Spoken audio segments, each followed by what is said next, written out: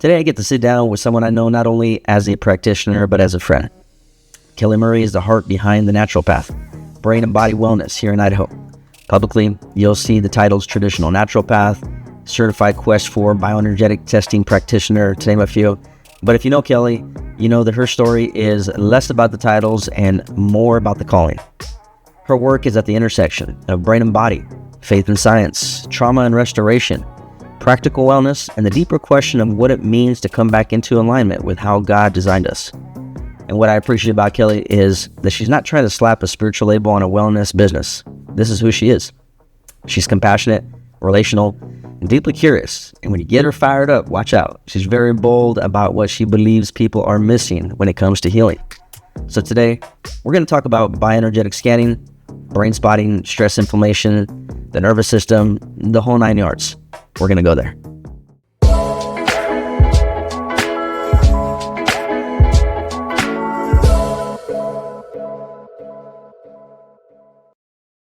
Kelly, how you doing today? Thanks for joining me. I am doing well. Thanks for having me. Absolutely. Yeah, I've been looking forward to getting you on here for a minute, having some combo. I mean, we get to catch up every now and again, not nearly often enough, I would say, because we got some really cool conversations that unfold, but really excited to get you on deck here with me here today. And I want to give you an opportunity right off the bat, without going into like a laundry list or menu of options per se about, services and whatnot that you have. I want people to hear it from yourself, first of all, about what you would describe yourself as and what you do as a whole. Oh gosh. Well, what you announced all of the designations that I have chased and accumulated. My heart really is to remind people that we're created with a purpose, and the closer we become to our creator, we are able to listen to our bodies and how he created them and how we can go about in that alignment being the most healthy and the most having the most energy and vitality when paying attention to all of that. Okay. Yeah, that's huge. That sounds like a whole lifelong journey to get to, is what it kind of sounds like. So let's rewind it back to that. I want to ask you about like, how did this journey, if you would, unfold, and how did you even land into a spot like this that now you're calling home? Now you're doing something that you're doing every day and you're doing it with passion. It has been a life's journey, to be honest with you. From a very early age, literally going back to like preschool age, I had a dysregulated nervous system. It was based out of trauma, and I kind of chased the why behind that, knowing that my relationship with God was really what carried me through it. But each layer of that really being able to discover the why behind, and then helping to really align that with the heart behind my practice. Okay. You said dysregulated nervous system. Yes. What does that mean? So dysregulated nervous system is basically when our body is aligned with what is going on in our brain, and our brain protects us. Mm-hmm. It's in the constant awareness of, right, we're on here today. This is okay because we are in a safe environment. If anybody were to throw a brick into our window right at this moment, right, our brains would dysregulate and we would go into protection mode. Okay, so the fight or flight thing. Yes, and the dysregulation can go one of two ways. It can go hypervigilant, where you're hyper energetic, your internal mechanisms will go offline and you're heightened, or it can go the opposite way and you can't move. Meaning that if we are constantly living in that, those of us I'm more of the off the chart, I got all the energy, I'm the energetic bunny, I'm going to show you, I'm going to get all this done. And then there are others that are like, I can't get out of bed. I can't move. So all of that can be aligned with a dysregulated nervous system. Yeah. And with that, again, having the opportunity to take a deeper dive into this with you today, I'll just make reference. Mine went into a major, major stuttering problem that I battled 90% of my life. Mm. And so learning how to return and become back into regulation, it's an onion. It is a layered process of learning the tools, walking the walk, being able to sit and go, what is going on that I don't need to carry anymore? Yeah. Wow. That's a lot. It makes me think of like, there's probably a lot of people that don't even think about that they probably have a dysregulated nervous system. Yeah, agreed. So an awareness thing, right? Like not even aware that the stress that you're under, and that could be from a wide array of things, work, marriage, kids. Yep. And in that as well, sometimes like mine was, okay, a real obvious one with the stuttering, but I also had major digestive issues. I had migraines. I had things that a child, right, they would look at that and go, oh, well, either you're making it up. That's what I was told. You're either making it up or something's not right. But when we look at the body as a whole, those are the areas as adults where they're like, well, why do I have chronic inflammation? Why is my digestive system not in a good place? Why am I constantly exhausted? Well, those are all areas of where the body's kind of going, hey, psst, I need you to pay attention to me. And then those emotional layers, we can take a deeper dive into, which that's really the heart of where my business lands. When you asked me earlier, a little bit more about this, when I have people do an intake, I'm appreciative of all the paperwork and all the history of everything that they have battled, but it's really about the connection of, I want to know your story and I want to know what happened to you. Yeah. And that usually is where the people that I meet with, that I'm honored to meet with, that's where they kind of go, oh, wow, okay, this is different. Yeah. Well, and I was going to ask you, you already answered it for me. I was going to ask you about the difference between, systems and putting people through a process. Because obviously you're in a field where you got to get information, you got to find out about people, get them into a system, et cetera. Yeah. But I know you as a highly relational person. And so I'm sure that relational aspect of yourself has definitely influenced, and if not only assisted, the way that you are able to interact with people, and the way that maybe you're even able to kind of fast track some people. Because I would think in this field, you can correct me if I'm wrong, but I would think if somebody is approaching a person that's needing some kind of service that you offer, and they are a person who is more process driven and orientated versus relational, it might take them a lot longer to get to the next step. Yeah, to get to the root, right? To the root, right? Because you're treating, what do they call it? You're not treating the symptom, or you're treating the symptom, but not the actual root cause. Right. Exactly. And, so talk to me, if you could, a little bit about that, about how that relational side of you has really assisted you. I can give you an example. I had a person that was interested in doing a consultation, and we actually met over the phone, and she was moving here to Idaho and said, I really, I noticed that you have a natural background. I'm really interested in getting some hormonal things looked at. I work out. I've got all of the things that are, I drink water. I do all the foundational pieces, but something's not right. And so I said, okay, tell me a little bit more about how you eat and what you do and what that all looks like. And she was like, well, I'm on point. Like, I do all the things, but tell me about your background, right? So she was asking about my education and all the pieces. And we were just kind of opening up and having a chit chat. And I said, okay, I have one question to ask you. She said, okay, what's that? And I said, how are you emotionally? Hmm. Well, that actually broke her. And she said, how did you know? How did you know that that's the part of where I'm really having a hard time? And I said, so where do you notice it in your body? She was like, oh my gosh, my stomach. And I said, okay, why don't you and I meet in person? And then we talked about how we were going to address the pieces of her emotions, what this particular person was actually carrying.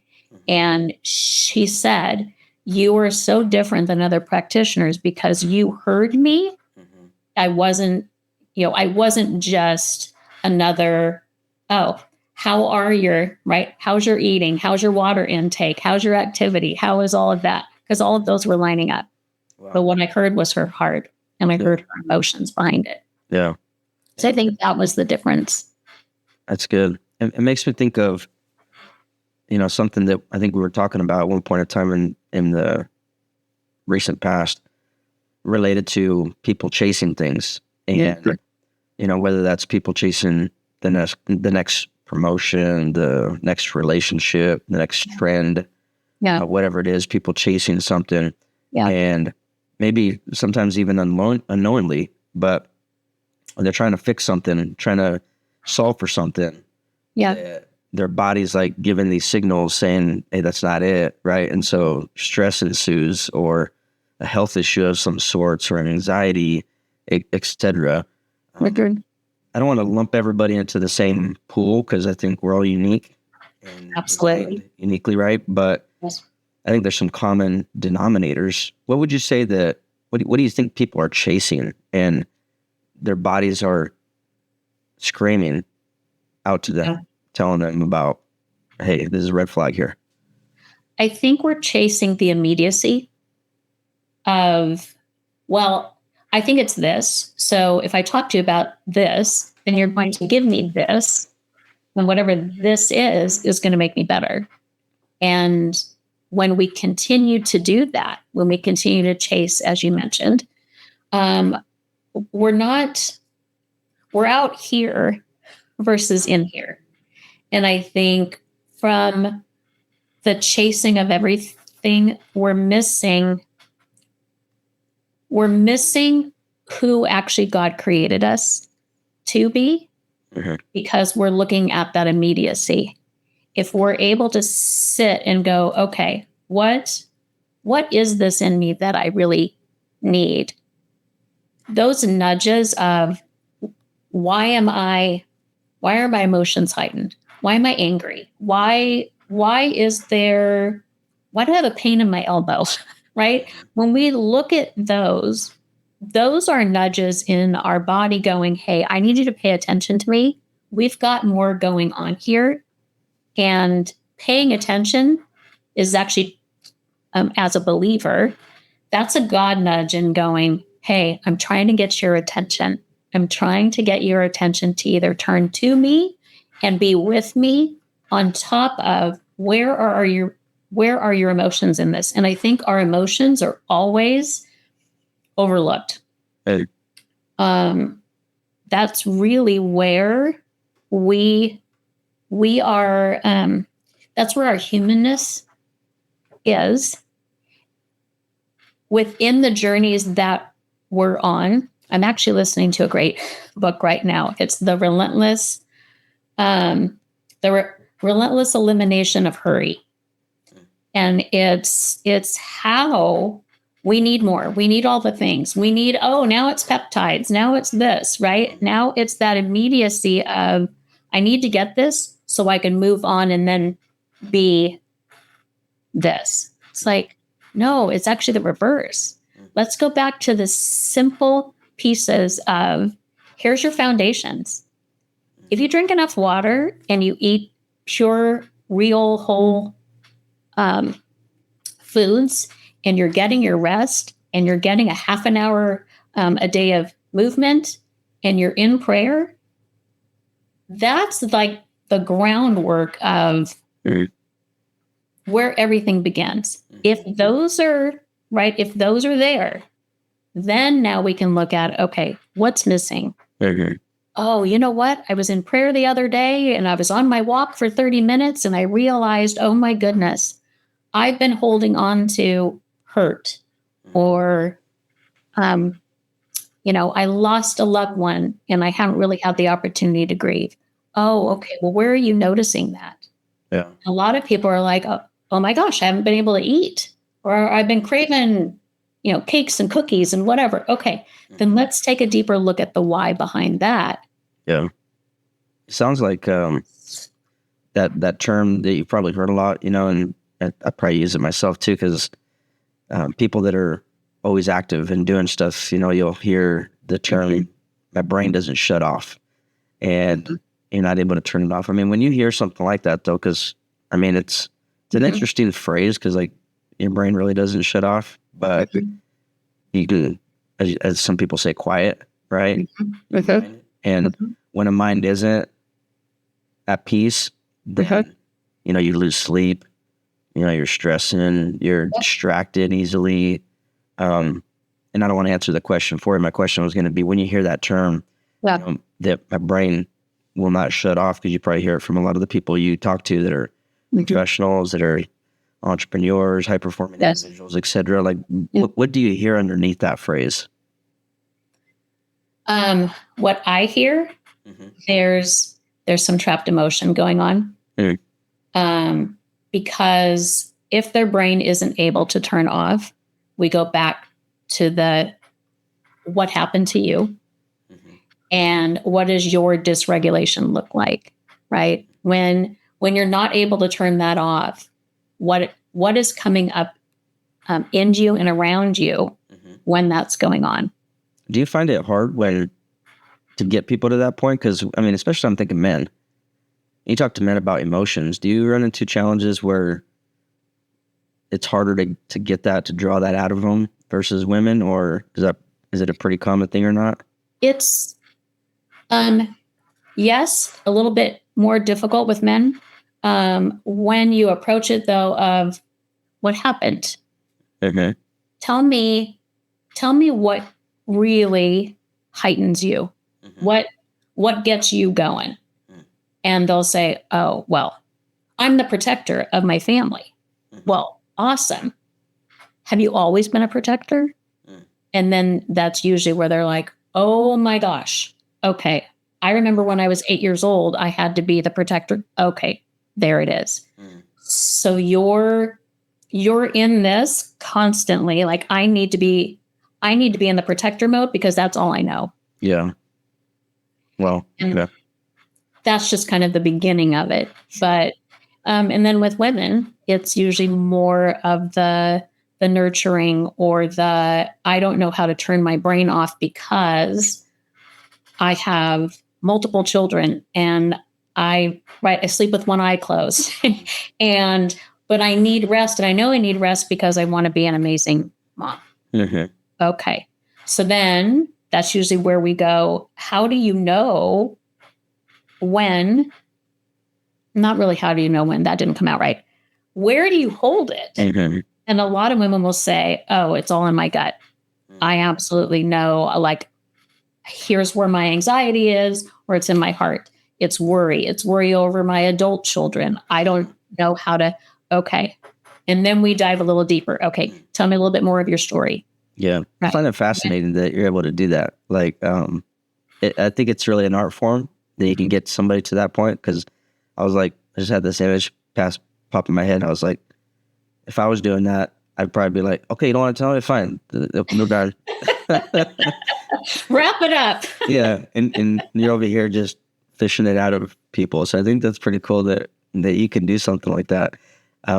With some of the tools that you use, like when you first started sharing a little bit with me about what you do and I was learning about you, the terminology was, like Mandarin. I didn't quite understand what you were talking about. Yeah. And some of which was modalities is what you had framed them as, right? Yeah. I want to talk about one of these, which is bioenergetic scanning. And talk to me like a skeptic. Talk to me like somebody who's a skeptic and doesn't know jack from what you're talking about. But I'm open to hearing about what it is, why you're doing it, outcomes, like what it actually does? Yeah. It's very, and in the Christian world, it's kind of one of those, what is this and what are you actually doing? So if we believe that God created light and energy, he created that in us. We are energetic little beings here on earth.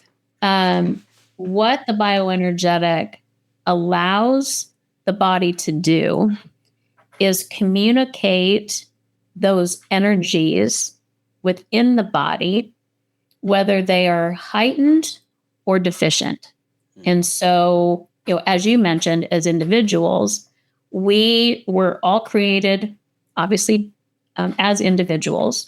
Our stories, right, as we talked about the dysregulation and all the pieces that we walk around with on the daily, this allows us to be able to read, in a way, upstream information that has not presented itself as a symptom as of yet.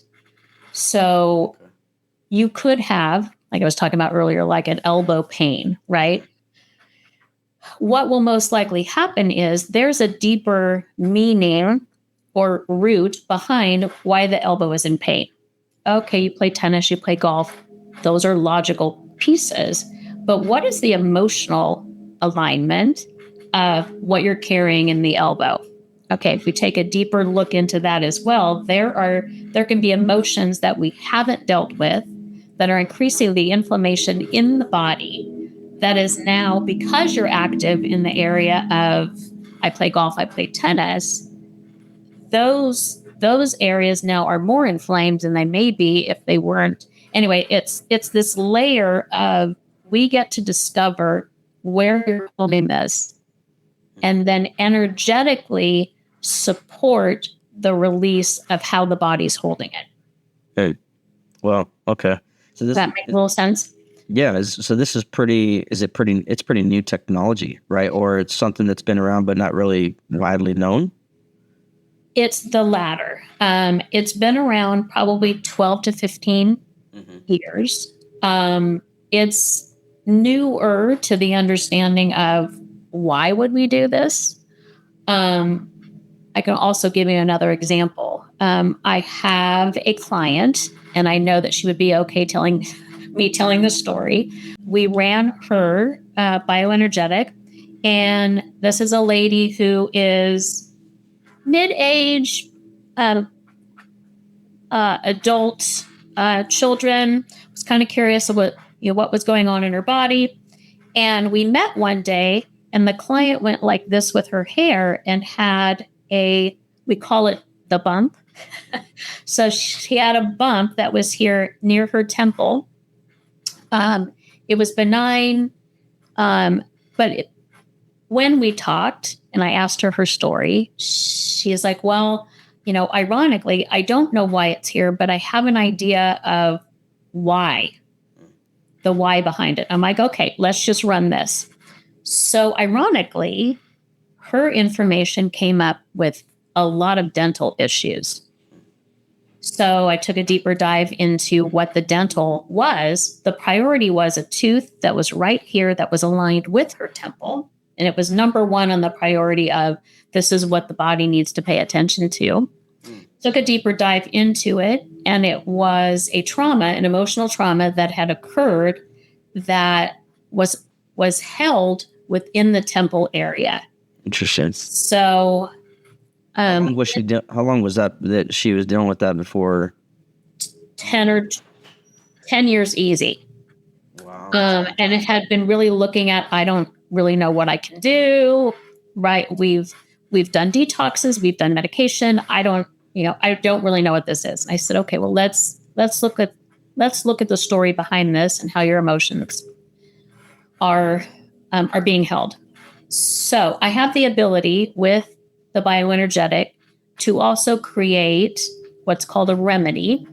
And what it is it's, like lack of a better term, it's like a homeopathic. So you're putting energetically within this remedy, which is basically distilled water and colloidal silver, I'm energetically able to provide her what her body needs regarding her dilution in order to be able to help her body rid whatever is being held or deficient in. So we did that.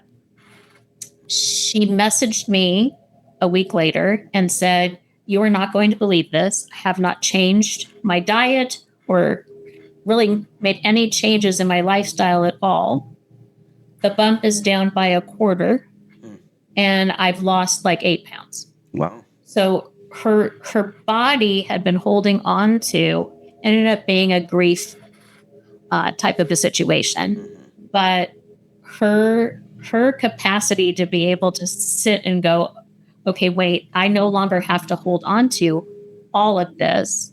We're continuing to work together and working on the bump, but to have that ability to support her when it was just providing what her body needed. Yeah. Well, that's interesting. That's it, that you're able to get to that place based on And that her body was able to get. her. Yeah. Right. Yeah. Yeah. It's pretty fascinating. Let's talk about this other term Yes. that you're well known for speaking about, which is brain spotting. Yes. What is that, and how does that work? So brain spotting was developed out of EMDR.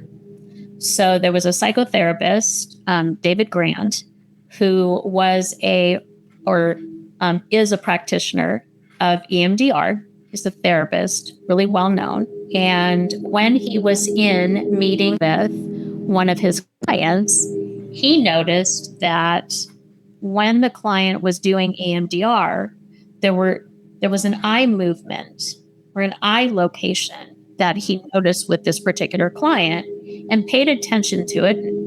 I kind of asked her, okay, where you're looking right now, I just want to invite you to look and continue to look there. Her release of the reason behind her EMDR visit was much more heightened than the normal EMDR.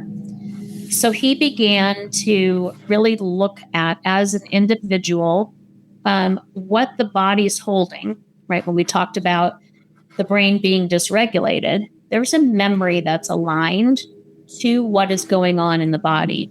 Right. So the way God created us, right? The body and the brain are actually one when you pay attention, that what goes on in the brain goes on in the body as well. So what the brain spotting actually will do is, when we concentrate, if there's a heightened awareness, and this is where people within their stories are all different, because you could have a person who will say, oh my gosh, I have a memory and I remember I needed to run and I needed to go. And then you have another person who in that will communicate, I wasn't able to move and I wasn't able to even be able to tell you where I noticed it in my body. So in doing that, the brain spotting allows us then to connect the memory with what is being held in the body. Mm-hmm. And then within this type of modality, the individual actually leads the session. I'm actually just there to provide the attunement and the connection while the person processes. So the person's in their faculty. It's not probably like, you probably get right. questions about, hey, is this hypnosis? No, it's not.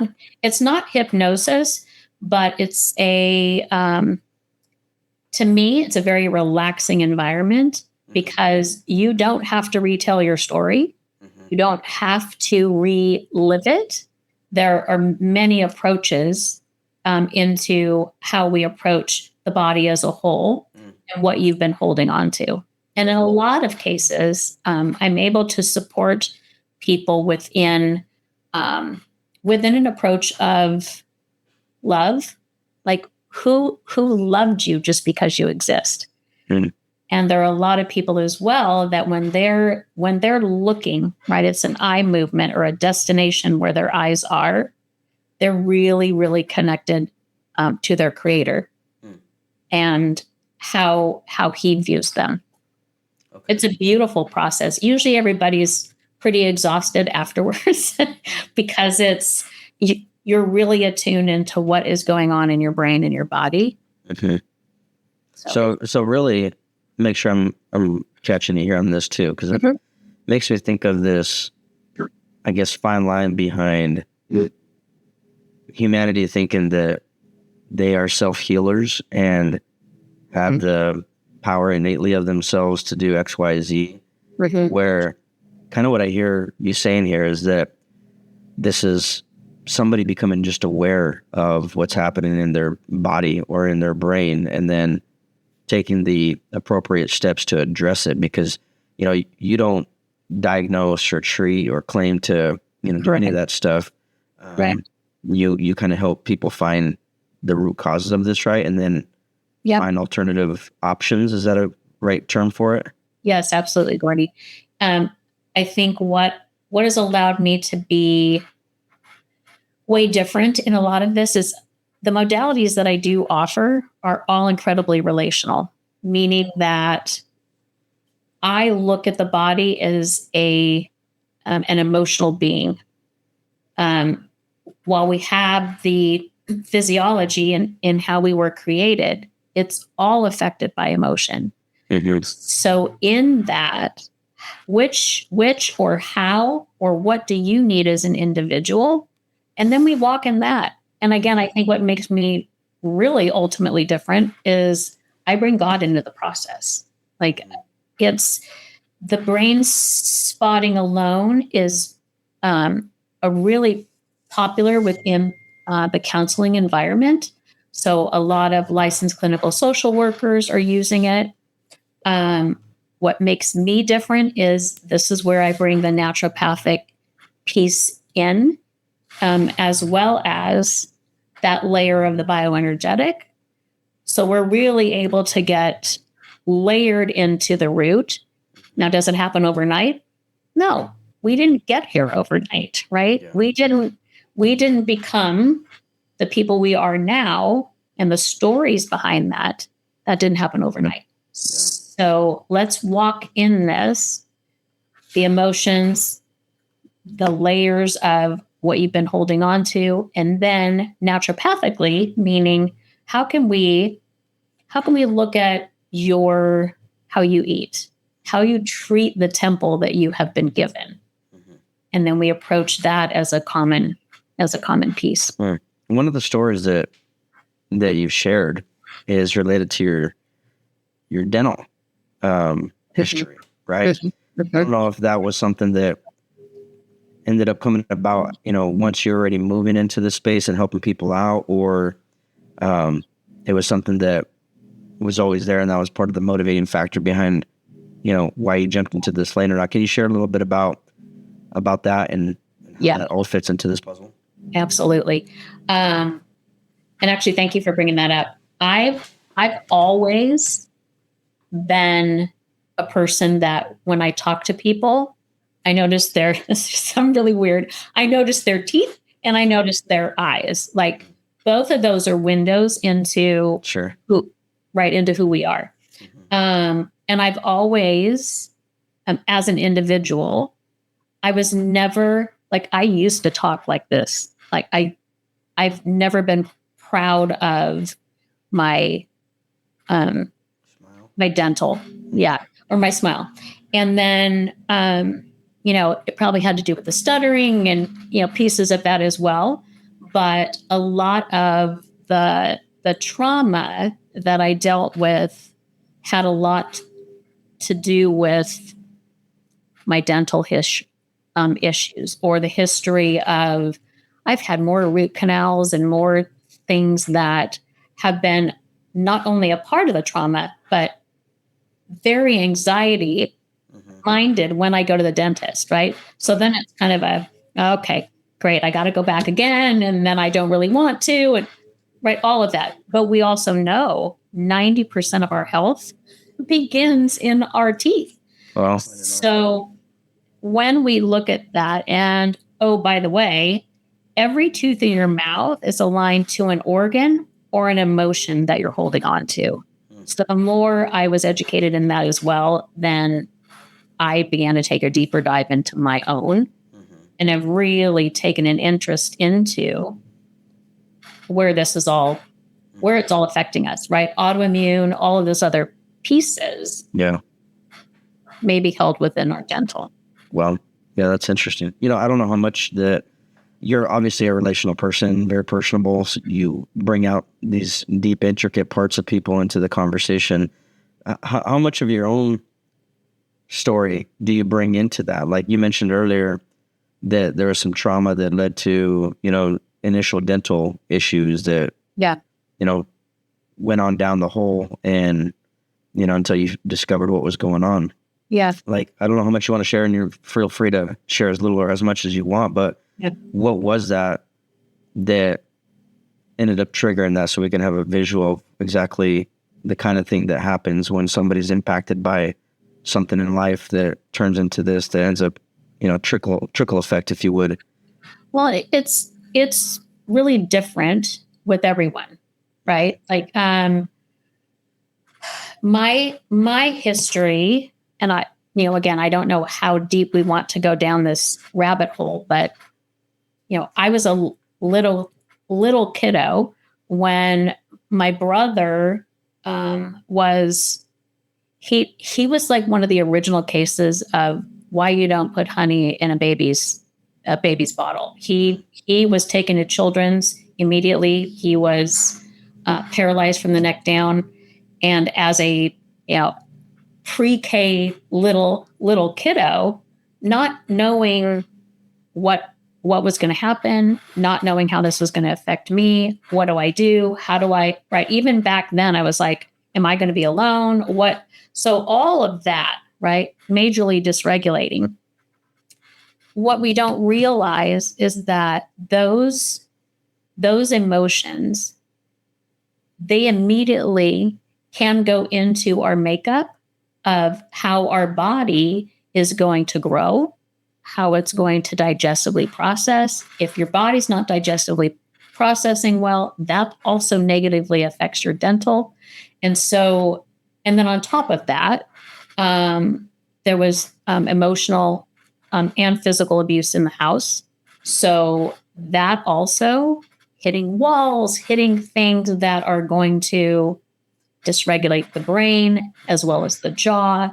So there are layers of this that we end up holding on to, and we don't realize when we bite into an apple, right? That could be a part of now another trauma because we're misaligning what is going on in our jaw. Anyway, it can literally, the wonderful doctor that I'm going to, we were completely nerding out. Dr. Stephen here in Eagle. He's like, how deep down this rabbit hole do you want to go? It's like, well, as deep as we can in the time that we have, because all of this is all linked. And I think that's the other part of when I meet with people, there's a lot of us that are like, well, I've just pulled my bootstraps up and I've just kept going. Well, that's wonderful. And that's a trait that is honorable. But you're carrying a lot. And the burdens that we hold on to, if we're not connected to God, if we don't have that ability to be able to release, they're going to show up in our body. That's just how He created us, right? That dependence on Him actually is part of the reason behind this, is that our dependence on Him is helping us release what is going on in our lives here. Yeah, man, there's so many different pieces to this. It makes me think of that you probably run into a lot of questions that you're like, oh, that's just a common misconception. And maybe I have to clear that up. What would you say are some of the biggest, or what's one of the biggest misconceptions that people have about natural wellness? in what you do? Well, first off, they think it's a bunch of hoo-ha. You're like, well, I don't I don't think that I don't think emotions have that big of a deal, Uh, right? I watch a good Hallmark movie, I cry, I move on. Okay. But we're sitting here and we're having this conversation. So what else is going on? Right? Or what's the hottest new awareness or supplementation? uh, A common question is, okay, well, what is a general recommendation you would give me? There are no general recommendations other than, right, the foundations that we were talking about, the hydration piece, the eating whole and real foods. All of those are the general recommendations. However, I don't know your story. So for me to say, oh, you should have more fiber in your diet, sure. right? That's general, but what if you digestively aren't able to hold on to anything that you eat? Well, me suggesting, oh, you should have more fiber, well, that's not going to serve you well at all. Yeah. So it's really having the individual. I had a person text me actually the other day and say, well, Kelly, I have a question. So I have this rash. Okay, well, a rash is actually your liver being angry. It's how God created us to be able to say, okay, if you're not going to pay attention to me in other ways, I'm going to get your vanity and I'm going to show up as a rash. Because now you're going to pay attention. You want your rash gone. Interesting. So that's that again. I don't know what the rash is. And what's going on in your life emotionally? Are you angry? Because your liver is actually where anger and depression will originate. So if you're angry and you have a rash, what else is going on in your environment that we need to talk about? Yeah, that's interesting. So, what would you say is like I guess this is kind of more of a blunt question to anybody that's listening about, change. And there's those adages about, change and how hard it is for people to do so. Yeah. How do you respond to individuals who are saying they want their body healed, they want something fixed, it's broken, they're experiencing something they don't know how to get to, et cetera, but they're unwilling to make the proper changes that are needed, whether that's in their dieting, whether that's in their, confronting some of the root causes that are coming out, et cetera. How do you speak to that? Kind of what we talked about earlier, in that you didn't get here overnight, right? And so it's going to take commitment. Change is hard in anything. So allowing you to give you the grace that you would give like to another person. Mm-hmm. Right? Like if a person came to you and said, oh my gosh, I'm having such a hard time, the grace you would give to them is most likely more than you would give to yourself.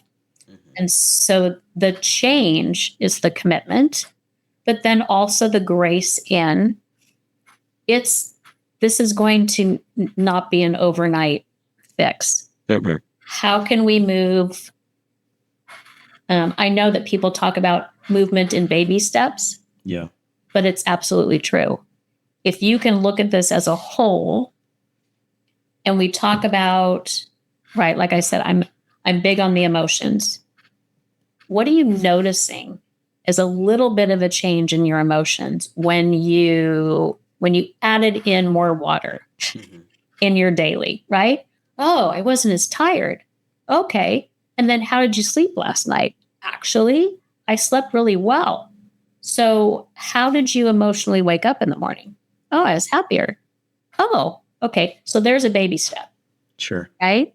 Yeah. So now that you're noticing this, how committed are you to maybe drinking more water? Mm-hmm. And then you have a day where you're like, oh my gosh, I didn't drink any water at all. Oh, okay. How can you give yourself the grace in that to go, well, that's okay. I had a day and I wasn't able to. However, I know that long term, and that's where lifestyle modification really comes into play. Mm-hmm. It's not the rigidness of it. It's looking at it long term. Yeah. in kind of how God looks at us, right? We're not perfect. But if we look at long term, this is really who I want to be, how I want to be in it, and how closely I want to align with him, it's easier to take the little baby steps and saying, okay, I'm on the path and I'm doing okay. Yeah. And he's not judging, right? I mean, he is and he isn't, but you know what I mean? Yeah. No, that's great. I think that this was a great session on introspection and asking some questions. I think anybody that's listening may find themselves in that position. And if they are asking questions like, hey, that resonates with me, that sparks something that maybe I haven't asked some hard questions about, or maybe I need to seek an alternative way of dealing with something versus, binging my pint of ice cream. And maybe I need to get with Kelly and have her help me dig through some tough questions and find out what's going on internally. Yeah. How would you say they need to get started? How would somebody reach out to you if they need to do something like that? So I'm available on Instagram. They can reach out to me there at The Natural Path LLC on Instagram. I have a website as well, which is thenatural-path-id.com. We can arrange a consult there. And then they can also just give me a call I have an 800 number as well, which is 888-298-0828. It's awesome. Well, Kelly, this has been insightful. I appreciate you so much. Thanks for hopping on with me. Like I said, I've been looking forward to it for a minute to get your insight and cause me to think of a lot of things that I'm going to question myself too. So I'm sure I'll hit you up. Appreciate you. Thank you so much, Gordy. Have a wonderful day. You too.